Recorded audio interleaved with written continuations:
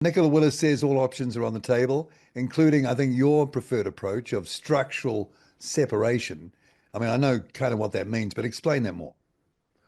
Sure. So that's looking at how the market has kind of aggregated over the years. So there's been various acquisitions. The last one was Progressive buying Foodtown, I think it was, back in the early 2000s.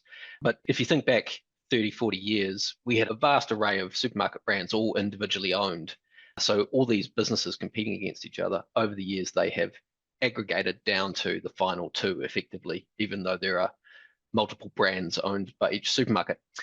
What structural reform would do is would address that, basically reverse what's happened. So there are a couple of different options. So the first one is probably the simplest to think of. That is taking some Woolworths supermarkets and selling them to a third party, or taking one of the foodstuffs brand, maybe Pack and Save or New World, and selling that to a third party. So immediately you have a new entrant in the market, all set up with real estate and supermarkets out there that people can shop at. So that's one and probably the easiest option.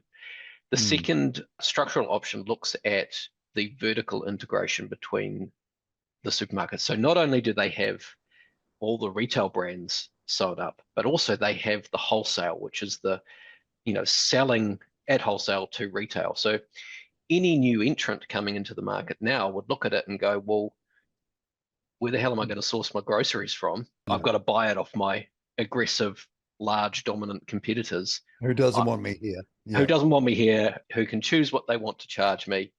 I'm not going to enter that market because the barriers to entry are too high. So another option would be to split the wholesale arms of these businesses off their retail arms and forcing them to be separate entities, very much like the Telecom separation back in the day, where Mm. Chorus was effectively the wholesale arm and Spark became the retail arm.